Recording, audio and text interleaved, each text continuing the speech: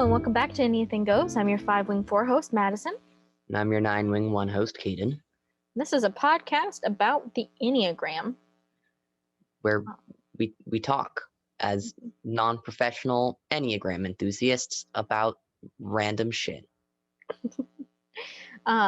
We usually record our episodes in the same month that they're posted, but I have something going on in the next couple months, so we are pre-recording a couple, and so this one is being recorded on April 10th, just in case something major happens in the world, and we don't address it until much later. If you are listening open speaker, now might be a good time to put those headphones in. We are not safe for work, so be advised. We are very LGBTQ plus friendly. If you don't like that, leave. We're not Christian. We're not professionals. If you have any commentary about our performance, if you have questions for us, if you have things that you'd like to see in future shows, send us an email at EnneathingGoes@gmail.com, spelled like the title of our show, or tweet at us at EnneathingGoes. You can also check us out on Patreon if you are interested in supporting. Mm-hmm. We have 2 regular, average amounts that you can donate, or you can donate $600 and I'll join a cult. But yeah, link is in our show notes and description. So now we're on a sort of kick right now, going through different triads, and our current segment is going through the harmonic triads. Last episode we covered the competency triad, which is 1s, 3s, and 5s. So we got to have a trip over to Maddy land. And this episode, we're going to go talk about the positive outlook, which is 2s, 7s, and 9s. Mm-hmm. So our question of the month was for the positive outlooks, and we asked, what's the funniest thing you've ever done to avoid stress or conflicts? Turns out that was a bad question to answer because it's always sad. Yeah, it's apparently never funny. Yeah, it's always, everyone was literally like, funniest way? Can't think of anything funny. I cried. So, that was funny. No, it's always not a fun time. Yeah, a 2 says it's not funny, but it's strange. I will write songs or get super obsessed with things to keep me distracted. So that's the closest we got. My 7 partner likes to start doing tasks. Mm-hmm. If people are stressed out or angry at her or angry at each other, she'll start doing things to cope. Yeah. I like to run away, personally. That's my favorite one, is just not be there. He has literally run away from me during an argument before. I got up and I walked out of the room. And I could not keep up. You have small legs. I have small legs, and you were still in the softball stuff, and I'm a little chubby, so it was not, I couldn't keep up. So sorry, my bad. That was not a fun question to ask. Yeah. Well, it's okay, because now we're going to do a deep dive into why it's not a fun question. Yeah. All right. So, what are the Harmonics triad? So the Enneagram kind of has a bunch of different ways that you can divide people into 3 different groups. And so the Harmonics triad focuses on the way people kind of cope or experience conflict. I just have a quote. Enneagram harmonic groups helps show how each type copes with conflict and difficulties. Harmonic groups also show how we defend against disappointment. So the 3 triads are competency, which we did last episode. I recommend you check it out if you haven't. Positive outlook, which is this one. And then our next one will be reactive/emotional realness. So this triad is important because it can help you understand what's happening how you are reacting um, during fights or conflicts or any kind of stress. And it can also help you understand why other people are doing what they're doing during a fight. And so you can just be kind of aware of your needs and how to communicate them, and be aware that other people have different needs and how to respect those needs. And although the triads might be a little bit further along in the Enneagram than, say, like the centers of intelligence, it's still useful if you're starting out to kind of get a sense of, well, if I'm not sure what type I am, maybe I can think about how I react in certain situations, and that'll help narrow down some of the things. So, more info for you fives out there. So this month is positive outlook. And so the positive outlook approach is basically they tend to ignore the problem or look on the bright side, and try to minimize the problems. So I have some quotes. Quote, people whose dominant harmonic approach is the positive outlook approach are generally optimistic and tend to avoid negative thoughts or situations. Under stress, they seek to avoid the problem, distract themselves with something else, or minimize the problem. These types want to feel good and want others around them to feel good. They would rather have everyone happy, including themselves, than to deal with problems or negativity, especially in themselves. Yeah. But yeah. So it's just kind of a denial or repressal, kind of repressal or a pretzel. Yum, pretzel. A repressive um, of kind of not necessarily emotions in the same sense that the competency triad kind of tend to repress their emotions, just repression of the situation. Yeah. But it Mm-hmm. can also be a denial and repression of yourself, Mm-hmm. you know? Yeah. In the way that for the competency triad, it was the emotional part of yourself. I think for the positive outlook triad, it's not necessarily just your emotions, it's anything that you view as negative. Yeah. That is part of yourself you will deny or repress, which makes it very difficult to grow, because you can't grow if you don't acknowledge the parts that could be better. So diving right on in, we'll start with type 2. So the way this presents in the type 2 is that they tend to repress their own needs and their own feelings in the situation, and focus on everyone around them and trying to make everyone around them happy or content. And in a way, almost being, it can sometimes look like the competency triad with twos, just because they're still focusing on maybe solving the problem. They're just not focusing on solving all of the problem or solving all of their needs. Or if the problem is just on their end, then they'll still repress it completely. And this can kind of, especially if they are in lower levels of health, this can really look like the martyring that we've talked about before in type 2s. What's interesting to me about the martyrdom is that there's like an idealization of being a martyr as something that is good, or something that like shows your self-worth, Mm-hmm. or gets people to appreciate and love you. But there really isn't, like, when you think about what makes martyrs admirable, is it's because they, like, there wasn't really another option, right? Yeah. But like self-martyrdom, I guess what I'm trying to say is that, like, the way that twos approach that martyrdom is that they're actually doing it to themselves 90% of the time, Yeah. and that's actually not martyrdom. You're just Mm-hmm. choosing to be miserable. And Which, especially in the twos case, it's just you are doing it to preserve this self-image, mhm. but in doing so, you can make people uncomfortable and It's like, not actually for the good of others. It's yeah, for the good of yourself. yeah.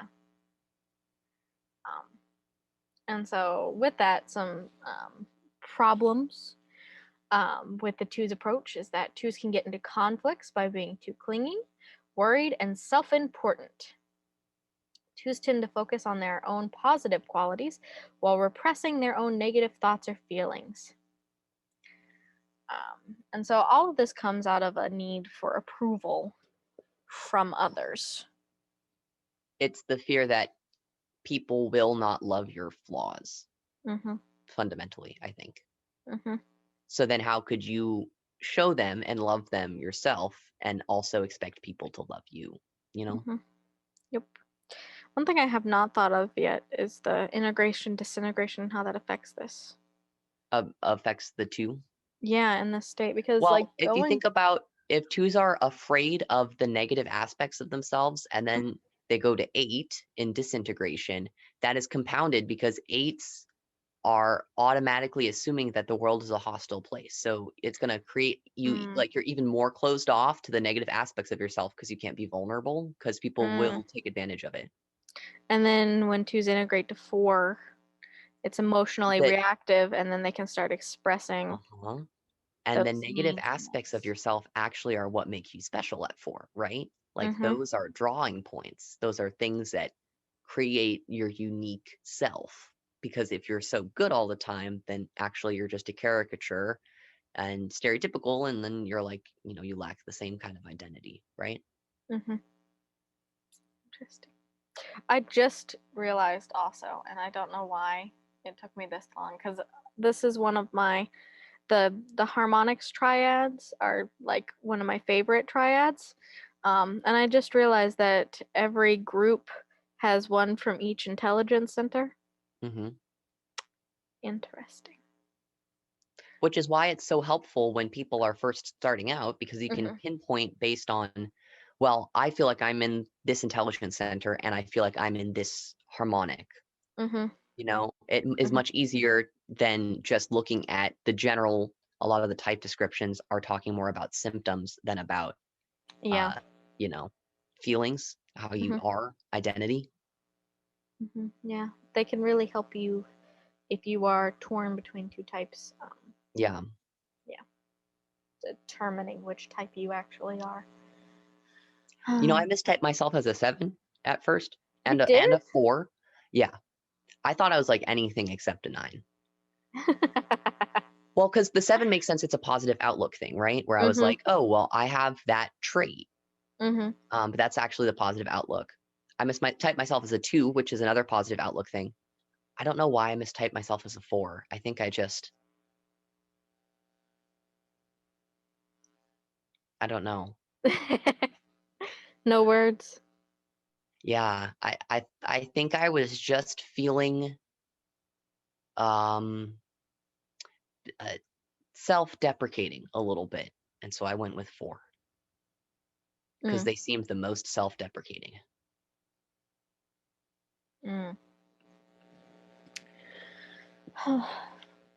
Okay. All right, Yeah. moving on. Sevens. You will have some experience with Yes, your I live girlfriend with a is. 7. Yes. So sevens, this stems from there. I don't want to experience pain ever. Um and when I was doing this, all I could think about was like how you guys don't talk about like death We or don't. afterlife because it's just no, we're not gonna even think No, those about are not topics that are broached in our household. Um, or even just like I think for her in particular, part of it is the fear of pain itself. it. Mm-hmm. It has been built up so much that it's harder to do basic things. Yeah. Um, but yeah. So sevens do not want to feel any pain or any negativity or anything like that. So they repress it and they just kind of shove it down in the hopes that they will always be satisfied and content, and if they just ignore the problem, it'll go away. What I've witnessed is that she tends to ignore things by doing other things, you know? So it's not just like for me, and we'll get to this with the nines, that the nine thing is that narcotics, I can't speak English, you know? The root is narcotics, right? And it's the idea of numbing oneself to the reality of the situation. But often that happens with like sort of rote things. What actually the seven will do is the opposite, which is hyper stimulating yourself with other things to take your mind off of what's happening, you know? I think it's a very head type versus body type kind of. Yeah. They have to, like, because they're just in their head so much, they can't leave that space, and it's hard to numb it, so they just have to reroute. Right. You detour. So some issues that can arise with sevens. Sevens can get into conflicts by being impatient, irresponsible, and excessive. Sevens tend to focus on their positive expectations for satisfaction and fulfillment. Sevens are in fact fleeing from a threatening internal world and seeking security in the external world. So, again, with that integration and disintegration, sevens will integrate to 5 and disintegrate to 1. And that can happen during this conflict. And so, what does that look like in your partner? I think one thing I'd also add is I do want to preface this by saying that my partner is very loving and adoring to me specifically, but can very often ignore the like feelings and opinions of others. And that's particularly when it doesn't fit her version of events or her worldview. You know, if she cannot rationalize it to herself, then she does not care. You know? Yeah. And that's a very one thing. See, I can notice when she goes to 1 and when it's like, well, that's stupid. I'm not going to do that. I don't care about that. Because it's so I think it's fundamentally, it tries back to that security in the external world thing, where the boundary setting and the like rule prescriptivism is a way to protect and set like safety and security in the external, so you don't have to deal with the internal. And that means conflict can be avoided by like making sure that you are like hyper vigilant on the outset.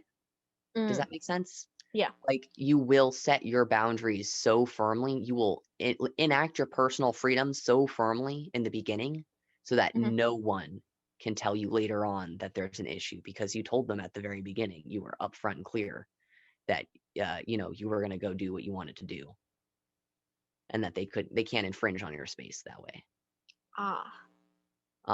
And I think the 5, you learn how to let go of that more, and the emotional personal attachment to it is like that pressure is released, because then you get to recognize that it's not really about you, you know? Yeah. It's interesting though, because I do try to set up things like up front. And I'm wondering now if that's just a shared trait, or if it is me disintegrating to 7 as kind of a defense mechanism. Well, I think that setting boundaries at the outset is not actually the issue, right? Like the thing is, what boundaries are you setting, and what do you view as like reasonable accommodations and unreasonable accommodations, and how much are you willing to let your like how much are you willing to this is bad coming from a 9, because I acquiesce my desires so much, you know, like I create so much more space in my life for other people than they need, right? But it is really about finding that balance, you know, and knowing when to bend the rules. Yeah. Saying, I know this is a boundary that I set, But I'm gonna like I don't figure need out it how to. anymore. Right. I don't need it anymore. I've grown as a person, or maybe I know I didn't set this boundary, but I can have a conversation with someone where I tell them that this is now a boundary and not feeling so trapped. Yeah. Feeling trapped is an issue I have as a 5. And it doesn't have anything to do with my harmonic group, I don't think, but I wonder if feeling trapped, how that would impact 7 in their harmonic group. Probably just wanting to run away, I guess. I don't know. Yeah. Mm-hmm. It's a lot of I think I don't want to deal with this. Yeah. All right, moving on to 9s. 9s. Unless, did you have anything else to add about 7s? No, I not only really. visit. I only visit You only 7, visit. so I don't have as much. Just a vacation. Just a vacation. I haven't actually visited 7 very much recently. I can never tell if I'm integrating or disintegrating, and that's part of the circle of death, right? But yeah, I actually had that conversation with KJ about, so the reason that the reason we're pre-recording and that I'll be out. I was wondering if that was more integration or disintegration. I think it started out more as maybe disintegration. but now you're integrating to it. I'm integrating to it. Also, once again, email us or tweet at us any guesses you have about what I'll be doing. I want all the funny answers. But yeah, so 9s. So Nice. 9s just don't want there to be. Don't Oh want. yeah. Yeah, they just. I've had don't. whole conversations with my therapist about labeling emotions specifically as negative. Like, I don't want to feel negative emotions. I don't want to, they're not productive, you know? Yeah. Like, that isn't productive for me. I'm going to ignore that. Where that's not really not how it works, unfortunately. Yeah. Um, yeah. But yeah, so they don't want conflict. They don't want to rock the boat. So they want to look more on the bright side and ignore problems if they are there, but also kind of they want to solve them if solvable. Yes. But if not, then just it doesn't exist. I find it's much easier to deal with problems that are not emotional or not interpersonal Mm-hmm. or not heavily charged spaces. Mm. If Yeah. there is an issue that's a logistical issue, like say at work, Mm-hmm. much easier for me to deal with. If there is an interpersonal dispute where two people don't like each other, I'm fucking out of there. That's stressful to me, because then there's a lot of people get hurt feelings, people get butt hurt. Mm-hmm. And for a 9, the primary fear being, if you are too assertive or too against someone, that'll burn those bridges, and then you'll never have them Mm-hmm. as a friend or have a relationship with them again. The having to walk into those spaces is I would rather just not. Why I did not actually go to law school. Yeah. It's interesting. So I have a question. How do you and your 7 fight or argue? We don't fight. We've never fought. No, I'm How do you serious. how do you We have disagree? spats.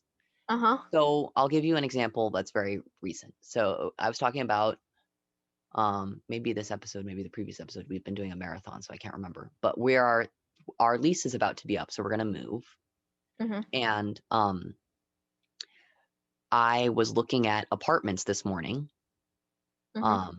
And we had been looking in our area here, and then an area a little bit away that, to be honest, has nicer places, is a cooler spot to be in. Like, there's more things happening there. It's young, it's hip, it's more city-esque. And we both were like, oh yeah, sure, we like that earlier on. But then when I was looking at things and I was showing my partner, she was like, oh, well, you know, that's far. I don't really want to commute all the way to work from there and like all that kind of stuff. But our work contracts are up. We each have a 1-year contract with our current jobs, right? Hers is up in August, mine is up in October.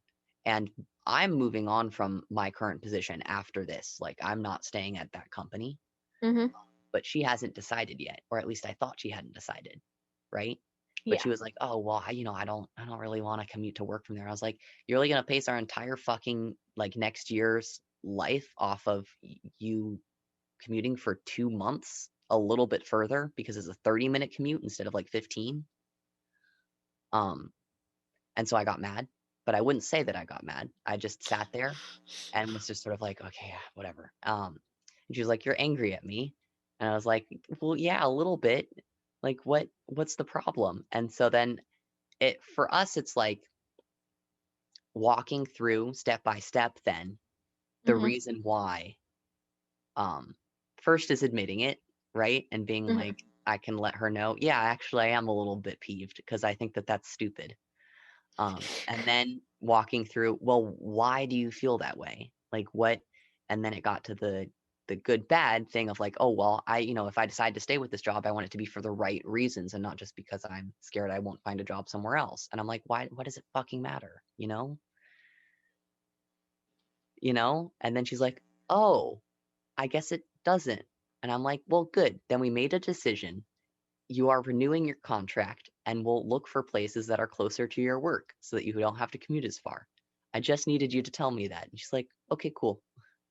And then it's it. But there's no fighting involved, you know? Yeah. So you just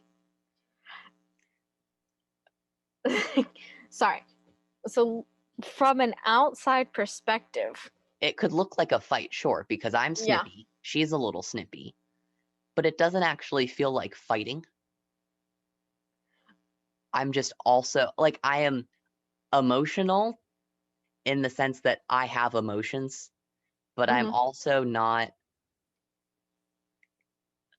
like, usually when I fight people, it's very explosive. You know?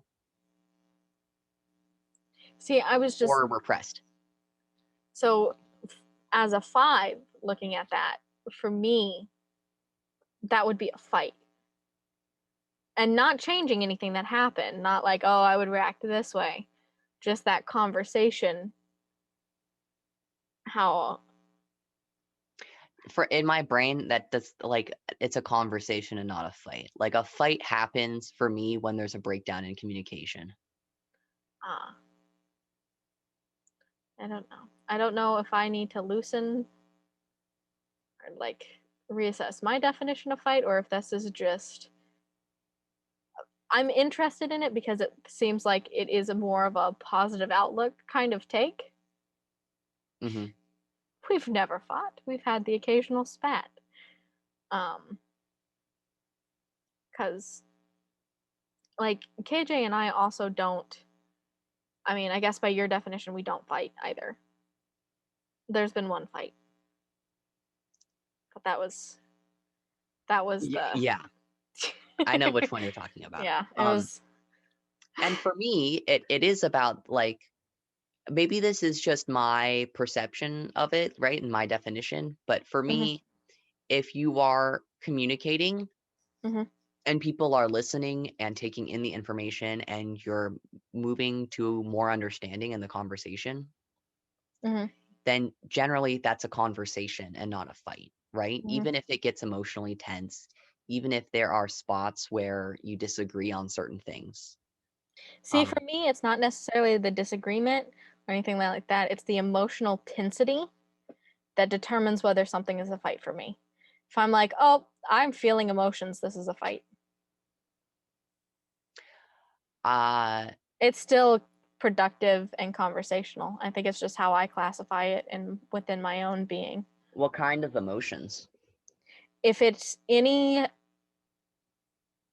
I experience anger, I experience anger all the time. I can't use that definition. if I experience anger or feel like hurt during the situation, which is broad because it could be something very minor. I'm sensitive. I had a fight with a 1 in the last. That was a fight. They came for me and I didn't like it.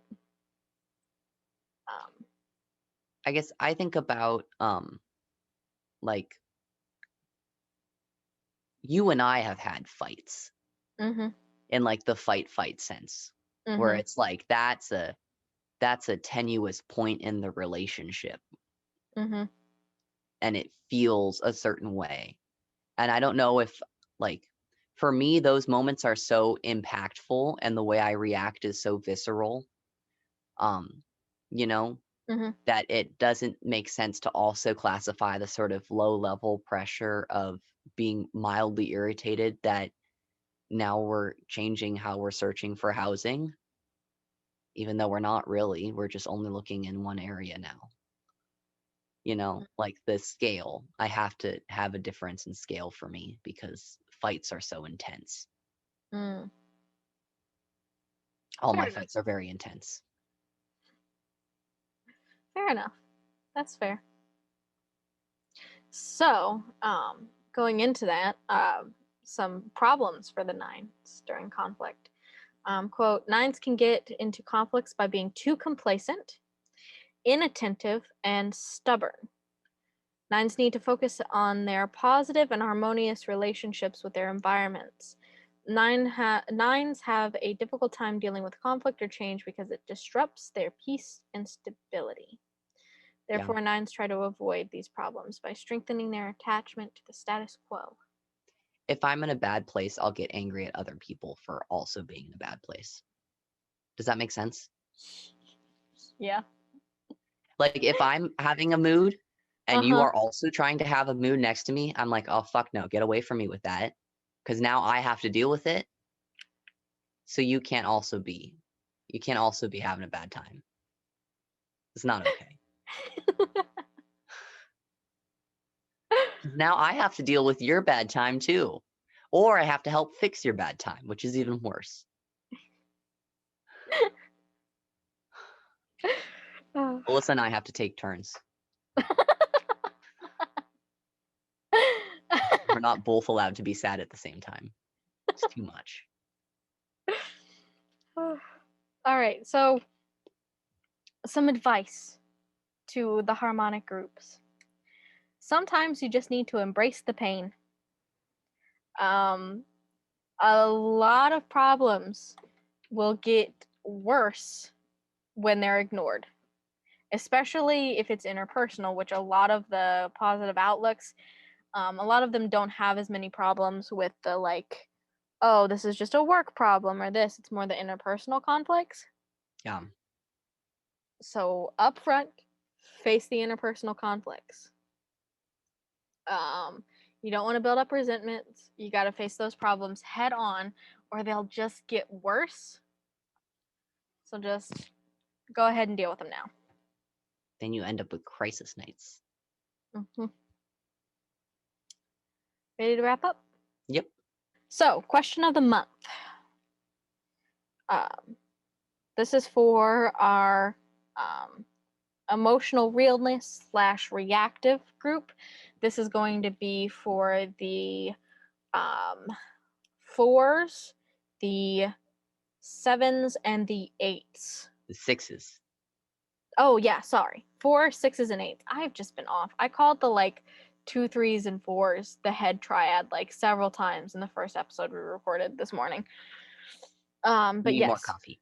I do. So sorry. Once again, that is the 4s, the 6s, and the 8s. So do you guys meditate? / how do you emotionally regulate yourselves? yeah, just let us know. You can email us or tweet us your answers at EnneathingGoes, or at EnneathingGoes on Twitter and EnneathingGoes@gmail.com. Thanks for listening, guys. We will see you in the next one. Bye. Bye.